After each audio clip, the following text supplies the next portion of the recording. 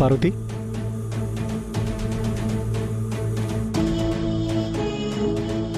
జరిగిన దానికి చాలా బాధపడుతున్నాను పార్వతి.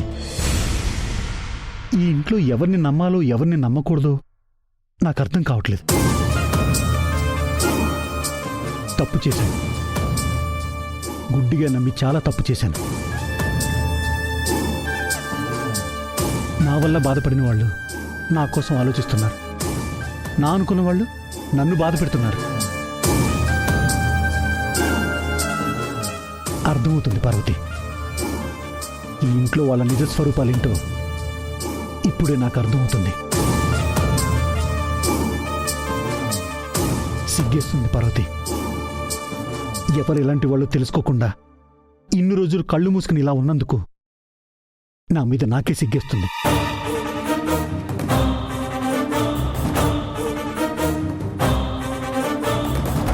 ఇంత తెలిసి కూడా నేను మారకపోతే అసలు నన్ను మనిషి అనరు.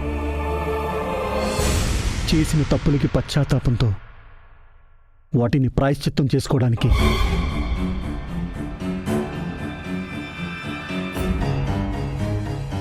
ఇంటికి సంబంధించిన సర్వ హక్కులు ఈ తాళాల రూపంలో ఇస్తున్నాను. కాదనకుండా తీసుకో పార్వతి.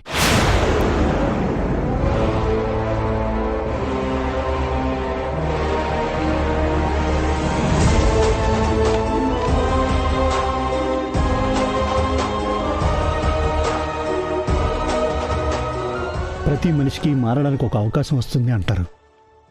నాకు అవకాశం ఇప్పుడు వచ్చింది, నేను మారాను. నన్ను నమ్ము పార్వతి.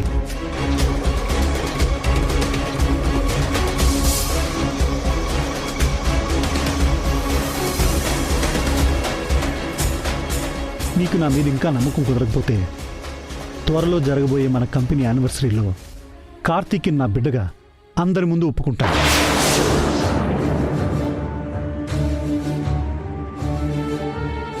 ఇది నేను మారాను అని నిన్ను నమ్మించడానికి చెప్పట్లేదు, నా మనసులో ఉన్న మాట చెప్తున్నాను. నన్ను నమ్ము పార్వతి.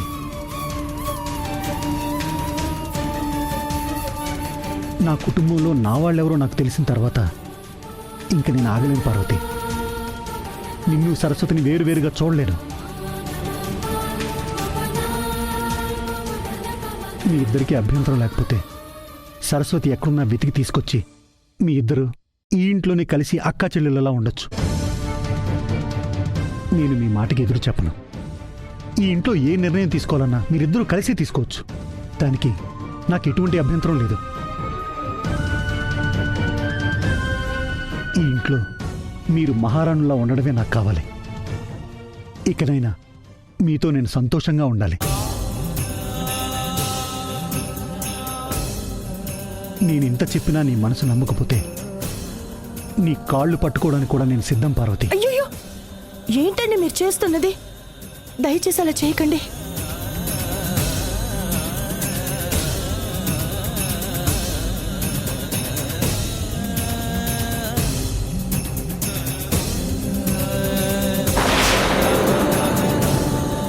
నా మీద నీకు నమ్మకం కలగడానికి నాకింతకన్నా మార్గం దొరకలేదు. నన్ను క్షమించి ఈ తాళాలు తీసుకో పార్వతి.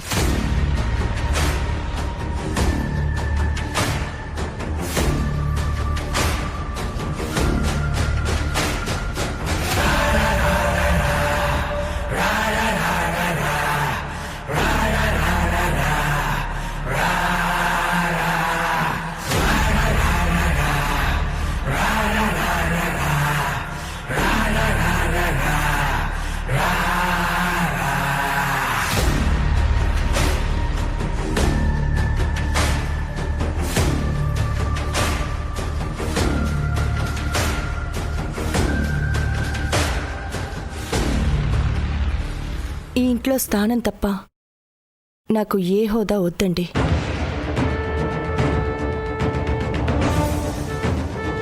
ఈ తాళాలు అంతకన్నా వద్దు.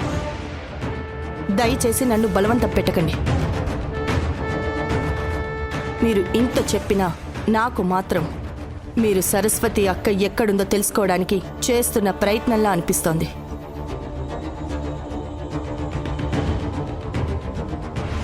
ఒకవేళ అదే నిజమైతే నిజంగా సరస్వతి అక్క ఎక్కడుందో నాకు తెలీదు. మీరు నమ్మినా నమ్మకపోయినా ఇదే నిజం.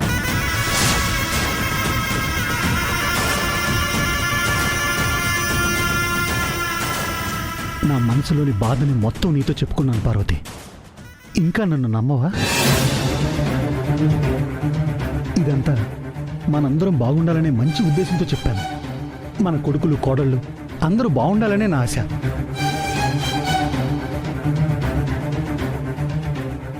నా నిర్ణయం నేను చెప్పాను. నన్ను నమ్మడం నమ్మకపోవడం ఇంకా నీ నిర్ణయం మీద ముడిపడి ఉంది.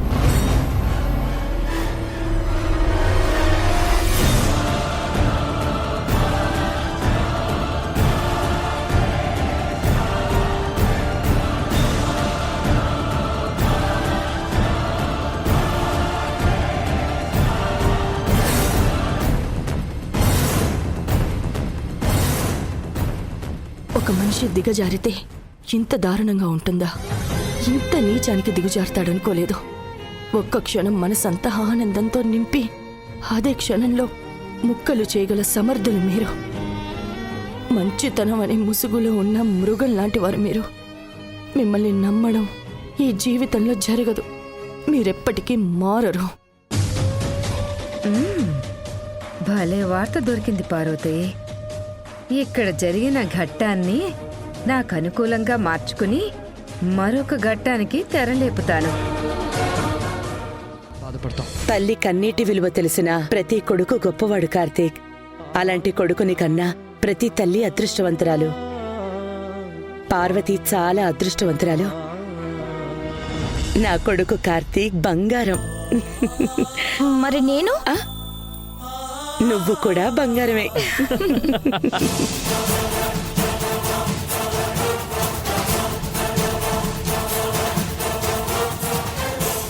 సరస్వతి, ఇన్ని రోజులు దొరకకుండా నా కళ్ళు కప్పి తప్పించుకున్నావు.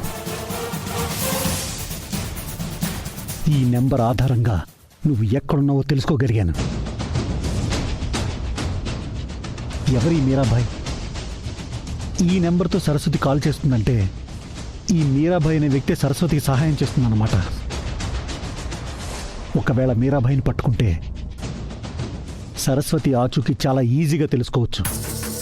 సరస్వతి, వస్తున్నా. ఇన్ని రోజులు నన్ను ముప్పు తిప్పలు పెట్టి నాకు దొరకకుండా ఉన్నావు కదా, ఇంకా నీ ఆటలు బంద్. నిన్ను ఈ రోజు నా వెంట తీసుకెళ్లకుండా తిరిగి వెళ్లేదే లేదు. రిషే, తొందరగా పోనీరా. Yes dad.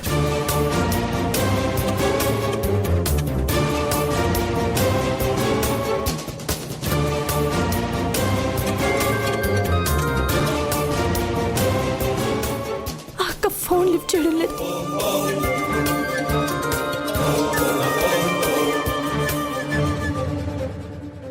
ఫోన్ లిఫ్ట్ చేయడం లేదు.